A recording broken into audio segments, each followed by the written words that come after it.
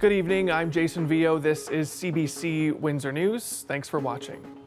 Well, open for a little over a year now, Loblaws has announced it will be closing its no-name grocery store in LaSalle. It was one of a small number of pilot stores across Ontario that they called their ultra-discount grocery locations. The CBC's Chris Ensing has more. From a celebrated launch to a quiet closure, the no-name discount grocery store will shut down next month, a year after Loblaw launched the pilot project. The concept of it is great. Everyone wants to save, 20%? So everybody wants to save, especially this time and age, everyone's pocket pinching. Like they want to stretch the dollar. The store pitched passing deep discounts to customers, ditching the bakery, deli counter, and deep freezers to cut costs by 20%. It's a lot cheaper. Yeah. It is. I mean, we used to buy the large bacon packs, and they were like $4.50 here. And even when they're on sale at any of the other Loblaws chain stores, they rarely get below $7. Loblaw said the store saw a strong initial response, but could not keep customers coming to sustain long-term success. 3 of these opened in Ontario last year. This one in St. Catharines shut down in July. A store in Brockville will stay open. LaSalle's shuts down late October. I don't think it's a sign that this isn't going to work. This food economist says the location could have been an issue, or product selection. He believes grocers will keep trying new things to compete with places like Costco and Walmart. And I think we'll continue to see experimentation on the part of the big retailers and expansion of the discount model to compete with those big box stores that are out there doing that already, and to reflect the reality of how people are shopping for groceries now. So was that a successful experiment? Not particularly. Did they learn something? Without a doubt. Will they continue to tweak their strategy to find ways to build share in the marketplace? Without a doubt. Loblaw wouldn't say what insights it gained from the project. 20 people worked at No Name when it opened. A spokesperson said they'll try to keep them working at other Loblaw locations. Chris Ensing, CBC News, LaSalle. Federal funding for hotel rooms to house asylum seekers in Canada ends today. According to a local advocate for refugees, those hotel rooms here in Windsor are essentially empty. Michael Morency says over the past few months, the city and the federal government have been moving people out of those hotels and into community housing, or out of the community altogether if that's what they choose. In 2023, there were as many as 1,400 refugee claimants staying in hotels here in Windsor. Morency says that he believes the federal government created the program with the best of intentions, but it didn't quite provide the best quality of services or the most efficient use of dollars.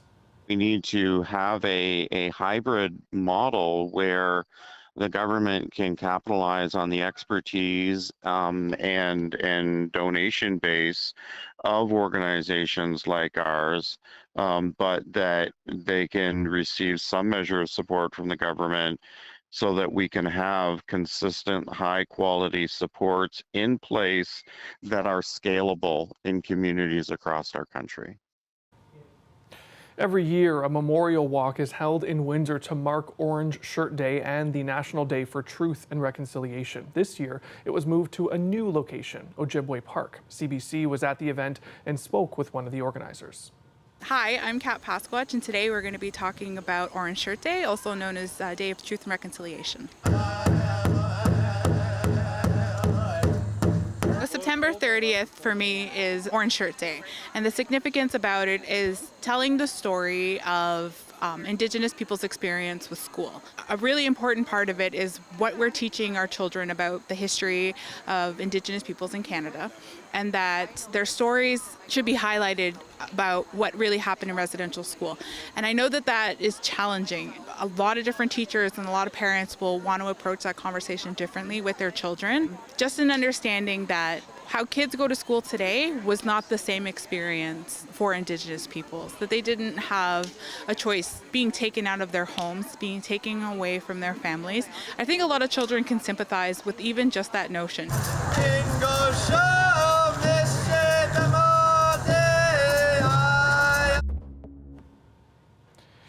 And at St. Pius Elementary in Tecumseh, hundreds of students walked a path lined with 215 pairs of used shoes. The shoes, a reminder of the 215 students who were found in unmarked graves at residential schools. We raised 215 shoes plus one. Plus one stands for kids that have not been found yet. Don't forget what this is about, because it's an important part of history. And the kids should get the memo that this isn't a joke and stuff, and that this really happened. And Colette, we're really hanging on to that sunny stretch. Yes, we are. I mean, we're changing a little bit in terms of what the temperatures and the feel of the air is going to be like. Just means they're going to get a little closer to seasonal for a few days. But in terms of high pressure still being the dominant force or weather pattern, that remains in place. It's just going to be pushing some of this cooler air from up towards James Bay down into southwestern Ontario. Now, I don't think it's all going to filter down overnight tonight. I think it's more so tomorrow night. So I've got us a little milder tonight, but tomorrow's high just 21 degrees, Jason. All right, thanks so much, Colette. A new Conservative group is challenging Premier Doug Ford's policies. Project Ontario is meeting for the first time tonight. They're Conservatives who believe the PCs have lost their way and aren't conservative enough. Queen's Park reporter Lorenda Redekop has more. It's a cheeky take on Doug Ford's slogan, Protect Ontario. One letter changed, and it's Project Ontario, a new group that wants to see some major changes in the PC party. Right now, it sort of feels like you either get in line with the PC party talking points or you're not welcome in the movement. And I think that's a sign of an unhealthy movement. On its website, the group writes, when Conservatives lose their principles, Ontario loses its way, urging to change course. They criticize Ontario for having high taxes and also high debt. They want more options for education that's publicly funded, saying schools prioritize ideology and identity politics. They also want more private health care and the possibility of paying for services. To realize that Ontarians are going and looking for these options. They're either going to the U.S., to Buffalo and places like that, or they're crossing the border into another province. However, Ford's brand of conservatism has been popular. The PCs have won 3 straight majorities. I don't even know who these guys are. They sound like a bunch of radical rights. I don't know who these yahoos are. It sounds like some radical right group, probably tied to maybe a federal party or something. Asked if he meant the Conservatives, Ford said he wasn't saying that. I see Doug Ford as a problem for Ontario and for Canada. Conservative MP Jamil Juvani has been Ford's most vocal critic. He'll be there tonight and is looking forward to it, according to his social media. It is not a Jamil Juvani group. I was just as surprised when I saw that tweet. As for Ford's reaction, it diminishes a political movement to dismiss ideas instead of debating them. Their website has the names of a range of Conservatives, including a prominent strategist and people from Conservative think tanks. The folks that I've been working with on this are very mainstream inside the Conservative movement. Folks that have worked in or near or for this government. He says tonight's event sold out, with tickets costing $100 a piece. It won't be a large gathering with capacity for around 125 people. He says Project Ontario is not about starting a new Conservative party, but influencing the PC party and Premier Ford with new ideas. Lorenda Redekop, CBC News, Toronto. Windsor has experienced its fair share of ups and downs in the auto sector. Most recently, an announcement that the third shift will be returning to the Windsor assembly plant. But at the General Motors plant in Oshawa, thousands of workers there will be out of a job in just 4 months as a result of layoffs. The announcement came earlier this year, a response to Donald Trump's automotive tariffs. Most workers will get employment insurance, but it's all happening at a time that city is grappling with one of the highest unemployment rates in Canada. Christian Davino reports. It's something that I've always loved growing up, always visiting grandparents and stuff like that. For Todd Forbes, South Central Oshawa is the only place he's ever called home. I grew up just over this side here. My kids live 4 minutes that way, 4 minutes that way. His family lives in the heart of the city, close to its industrial powerhouse, General Motors. Before there was a Canadian Tire and a Superstore, there was a fair. I remember I used to sled down the hill off the side of the bridge by the train tracks. But in just a few months, he could be forced to say goodbye. A worker at TFT Global, a supplier for General Motors, he's among the near 2,000 people that will lose their jobs when GM cuts its midnight shift at its Oshawa plant, putting him on the clock to find new employment. It's definitely gut-wrenching because, like I said, I've lived in this area my whole life. The auto giant was planning to axe its third shift at the beginning of November. That's been pushed back to January 30th. Suppliers like the company Forbes works for are following suit.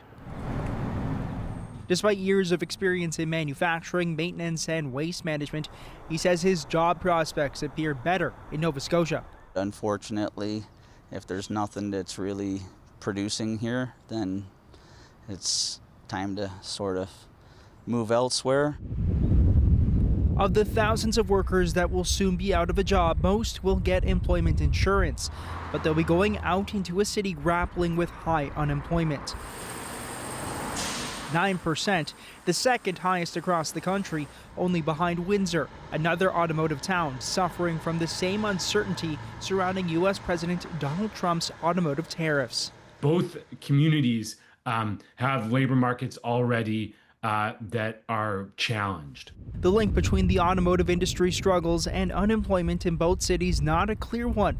That's according to a senior economist with Indeed. He says both cities had higher than average unemployment rates at the beginning of the year, but there's also a clear downturn in payroll across the automotive sector. They're down about 3% from where they were at the start of the year, while the rest of the economy is roughly flat. So 3%, not a good trend, and it's clearly been on the downswing. The uncertainty is devastating, and I take that to heart. So Oshawa's mayor has heard from several families planning to leave the city to find jobs and knows it's a race against time. He's in talks to bring U.S. and European companies to Oshawa, a deliberate effort to diversify its economy. And for workers hit by job loss at GM, the mayor says the city plans to help them transition to similar or new opportunities, but he still sees the auto giant as a vital component in Oshawa's future. We're too stupid and too stubborn to give up. I'm not willing to say that by the end of January that those cuts will happen. We're looking for other opportunities. I'm optimistic. When I hear the word action center, I can't stand it, because obviously we have action centers because we're losing jobs. We're losing jobs. People would rather continue working at General Motors Oshawa instead of getting retrained. The union representing workers inside the plant says morale has been low since cuts were announced last spring. The Unifor plant chair says some are selling their homes and vehicles in preparation of January's layoffs. Waugh declined to give details on his talks with General Motors, but says they're not giving up. Auto workers need to be tough. We're tough people, and the good thing about auto workers, we fight. We lobby governments. We do everything possible to keep good paying jobs in Canada. And it's that hope that Todd Forbes is holding on to. At 48 years old, he says going back to school is no longer appealing, and leaving his family to go east, even less so. Yeah, if we do end up moving away, it would definitely be something that we would miss. I love my kids, my grandkids. I'm a big family person. So it's not just a community that I'd have to give up, it's the family, being close, easy access type of thing. And that is Christian Davino reporting. Well, Tigers fans are feeling good after the team won its first game in the American League Wildcard Series today. The game marks the start of the second consecutive year the team has made the playoffs after being shut out of the postseason since 2014. In today's matchup, the Tigers beat the Cleveland Guardians 2-1 in the first of 3 away games in the series. Lots of praise for Tarek Skubal, who threw a career-high 14 strikeouts. The win comes after a train wreck of an end to the regular season, which they capped off with 7 games, a 7-game losing streak. Game 2 takes place tomorrow afternoon at 1 p.m. Colette Kennedy is standing by live for more weather later in the show, and then we have more news for you coming up right after the break.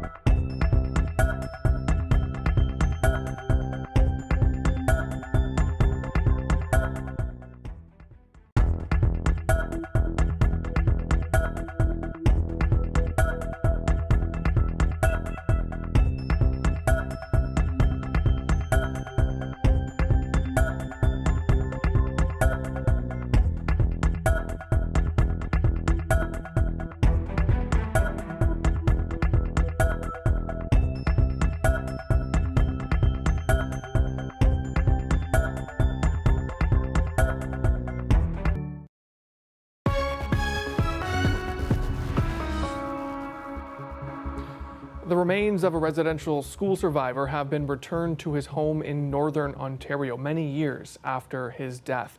He is being reburied near loved ones. Members of the community are calling for the remains of other survivors to be returned to their families. Sarah Law has more.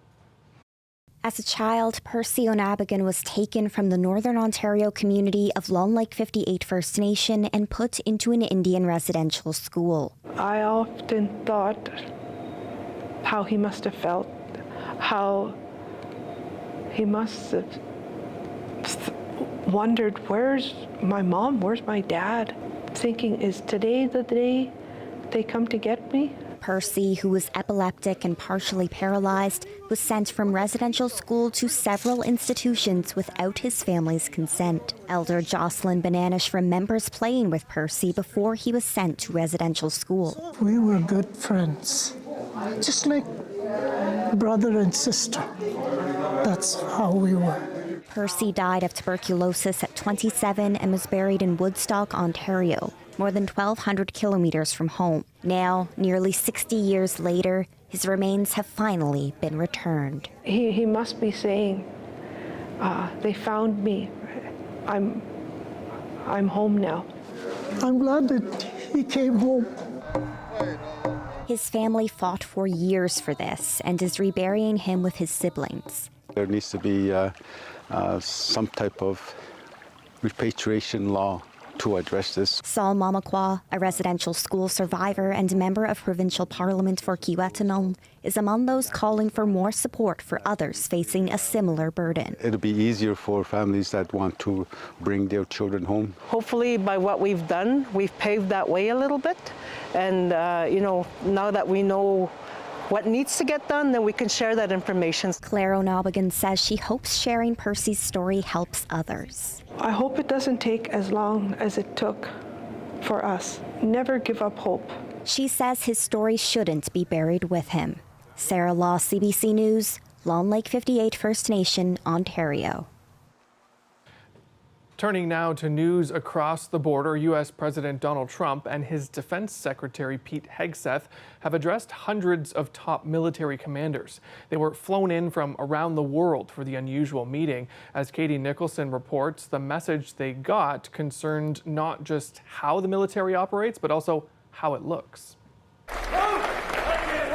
Standing before hundreds of top brass, U.S. Defense Secretary Pete Hegseth railed against what he called woke garbage in the military and vowed to review how it defines and treats bullying and hazing allegations, suggesting that leaders need more latitude to enforce standards without fear of retribution.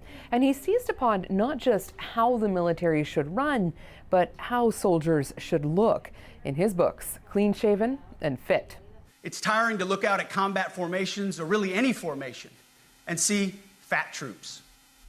Likewise, it's completely unacceptable to see fat generals and admirals in the halls of the Pentagon and leading commands around the country and the world. It's a bad look. He also called for combat standards to return to the highest male level of performance. If women can make it, excellent. If not, it is what it is. If that means no women qualify for some combat jobs, so be it. President Trump followed Hegseth with a meandering address. One of the more striking moments came when he suggested America is under invasion from within. I told Pete we should use some of these dangerous cities as training grounds for our military, National Guard, but military, because we're going into Chicago very soon. That's a big city. That prompted this response from Chicago Mayor Brandon Johnson, whose city is expecting an influx of troops to help ICE agents on the ground there. This is absolutely appalling, and we're calling on Congress to do its job.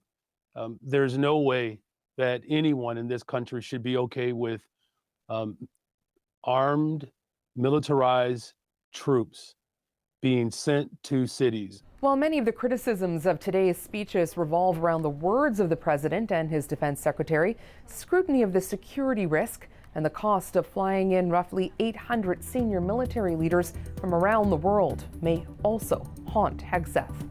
Katie Nicholson, CBC News, Toronto.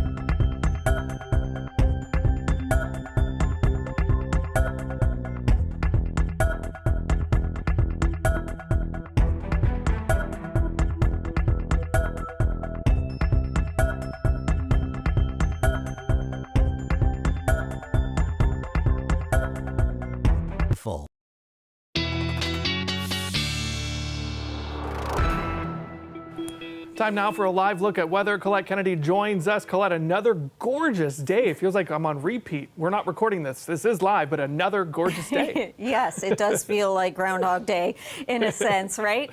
And, you know, looking for things to talk about with the weather, I mean, there are some kind of small changes that are coming. And one of those is that we're going to have some cooler air filtering down, but really it's just pushing temperatures back closer to seasonal for about a day. And then they turn back around and they'll be warming up once again. So that's sort of all we have to contend with. From time to time, a few more clouds coming our way and some winds tonight, a little breezier too. So showing you what's going on with the temperatures, kind of taking a broader perspective. You could see that heat. Yesterday it was in southern Alberta. Today still here into Saskatchewan and Manitoba. And that's all in kind of the central part of the continent. It's this cooler air that's trying to filter down from the north, from James Bay, coming our way. And as it does, we will have our temperatures dropping somewhat. But southwestern Ontario not feeling it quite as much as other parts of the province, like further to the east and eastern Ontario. There are some frost advisories for tonight. So your current readings, we're still holding from Chatham, Kent, Leamington, Windsor in these mid-20s. Now, the winds tonight, this is the forecast for those winds.